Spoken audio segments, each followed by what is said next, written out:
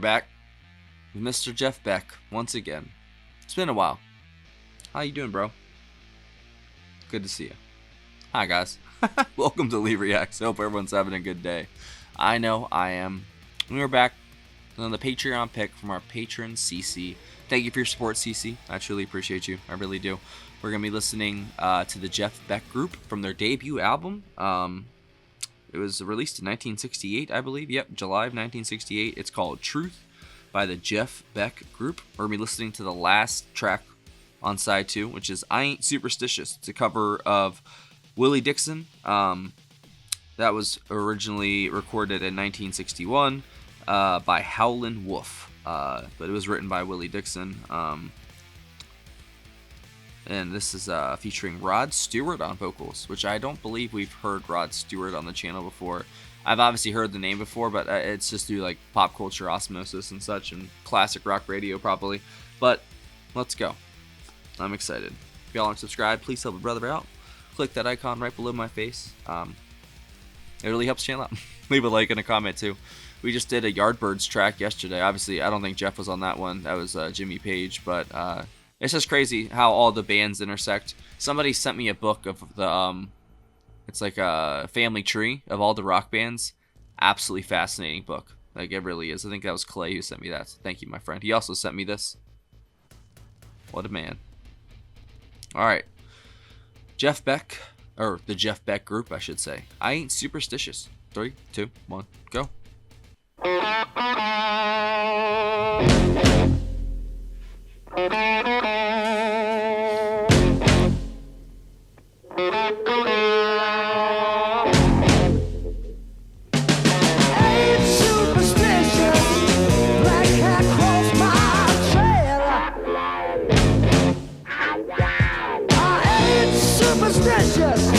But a black cat crossed my trail. Mickey Waller on the drums.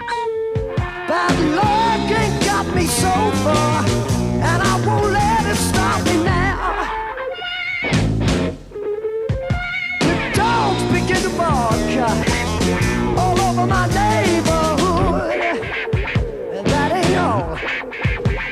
Dogs begin to bark all over my neighborhood.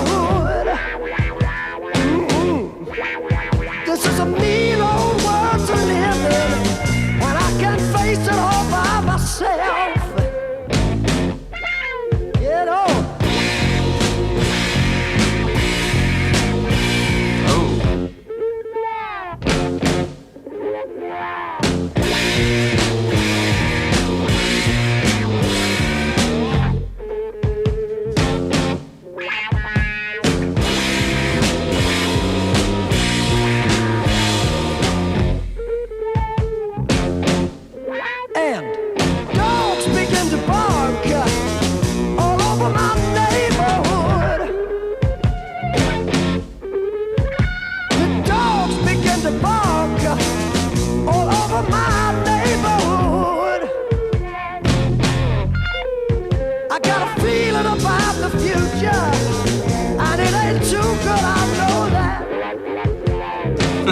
Jeff is ridiculous.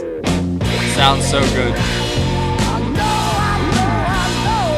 Ronnie Wood on the bass.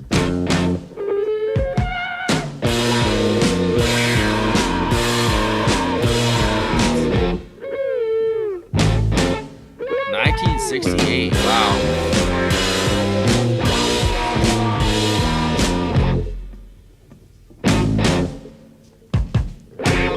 Superstitious, but a black cat crossed my trail. I said so one time before. I actually really like Rod's vocals. Ain't superstitious, a black cat crossed my trail. Bum bum. Bad luck ain't got me so far, and you know I ain't gonna let it stop me now. Come on.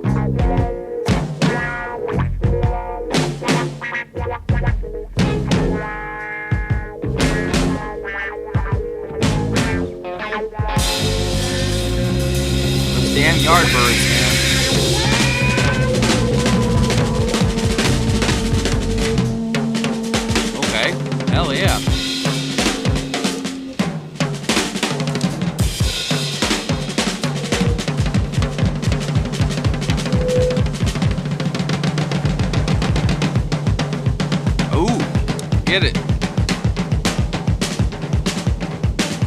Those toms sound so good. That kick too. Wow.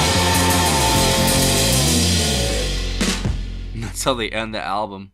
With the drum solo. That's how it's done. Oh, that was great. Thank you, CeeCee. That's a freaking, like, just pick me up kind of song right there. It just had that almost swampy blues feel to it. Obviously, because it's a, a cover from Howlin' Wolf and all that. But yeah, man, that just, it felt like there was a little extra layer to it, though. It wasn't just blues. It was almost like they fused another, I swear it sounded like future music, like not 1968. Like, it sounded just like the bass was very prominent, drums were heavy as well in the mix. It wasn't just the guitars. They honestly had everything at like the perfect level, and it all came through very, very well. Especially for 1968, that's a debut album. You know what I'm saying? Like, that's crazy. That was really, really good. And I know that Beck was in Yardbirds and stuff, but like, he's just such a talented guitarist. No matter where he goes, if it's solo or what, it doesn't matter, man. He just shreds, dude. That's what he was made for. And like, I made that comment about the Yardbirds. Like, they had 3 legendary guitarists. I know, not at the same time, but like it's just fantastic for them, you know. And it's funny that not nobody. I'm sorry, I shouldn't say that. Like, a lot of people, they know Led Zeppelin or something like that. You know, they don't know that, or I guess some people know Cream, you know, but not really anymore, except, you know, unless you listened to him back then or you knew him back then, you know. It's sad to me that no matter what, like, time just keeps moving forward, and this stuff, people forget it every day, and there's another album or something that won't be listened to ever again, you know. And there's just so much music out there too. Like, just going through my girl's aunt's records down at her house. She's got like all these Christmas records. You know, everybody had a Christmas album. That Barbara Streisand, who you'll be seeing probably very soon, actually. But she's featured with Judy Garland. Should be interesting. I don't know, man. There's just so much music out there, and people forget stuff every day, and this stuff deserves to be remembered. The Yardbirds deserve to be remembered. Not just Zeppelin, you know. Zeppelin, of course, is amazing, and they Jimmy Page, who we listened to yesterday, fantastic guitarist, you know. But it's just the rock lineage and like the ancestry and where all the bands connect and all that. It's absolutely fascinating to me. That book that they sent me, or Clay sent me, it's fantastic read, and I love learning all the connections and the ins and outs of the industry back then, because that was the true height of the artistry of rock and roll, at least, and for the blues, all that stuff. I think that was the height of it back then. The 60s, 70s, 80s was like the end. The 90s was like the decline started, because you could see it in the music itself. Most of it was very sad, downer music, you know. And I know the culture and the climate of the times always, you know, depend on when music's made, and that's why it's a certain way and how it impacts, you know, the artists and the creatives, and they just that spills into their music. And then like the music I was raised on, and in the 2000s, it was very depressing and dark. I think because not just because of this, but like, you know, in the United States, there was a war going on that just was not, you know, very popular, and we had been attacked, and it just wasn't good, you know. So it always depends, and this music shouldn't be forgotten. It's so good, and I'm going to try my best to keep the flame alive, guys. All right, so that was Rod Stewart on the vocals, Ronnie Wood on the bass, Mickey Waller on drums, and Mr. Jeff Beck on guitar, of course. I would say that just that drum solo at the end, it's just insane. Mickey, I'm not very familiar with him, but I think we listened to him once before with the other track. Which was it? It was, hold on, I'm going to click on his name. No, he's just a session musician, so maybe we haven't listened to him. The name just sounded familiar. But he had John Paul Jones on this record. He had Nicky Hopkins, Keith Moon on this record. He had a lot of people. Jimmy Page was on here. There's all kinds of people, but they're all featured on different ones. Not this track. It was just those guys. But dude, Ronnie Wood and Mickey Waller almost stole the show there. The rhythm section was fantastic. The bass and the drums were so loud in the mix. That's how I like it. And ending this album with a drum solo, that's how I really, really like it. So this song got some bonus points for that. That was a great pick, Carol. CeeCee, sorry. Either one, I guess, right? That was just fantastic. And I'm definitely down to hear more. And I had heard stuff about Rod Stewart. I guess he went solo eventually, I think, right? Like later down the road and made different types of music. I don't know. But that's the only reason why I know him is just like kind of jokes almost in a way. Like I don't know, but he was not a joke here in the slightest. His vocals were really good, and I'm kind of interested in hearing more from him now and this band. So if you guys have anything else by them, please leave it below. I'll definitely check it out. But yeah, definitely Jeff Beck and that drum solo, just that swampy electric feel, man. They really had it down here. Really, really good cover, and I want to hear the original Howlin' Wolf one now too. That'd be really cool. But a boy can only dream. So how was your guys' day? Oh, that's cool. Yeah, we had the remembrance for my girl's mom today, so it was kind of like a melancholy kind of sort of feeling today. Happy and sad, but I digress. Hopefully, y'all enjoyed that. Thank you for watching. If y'all know, a Patreon right here.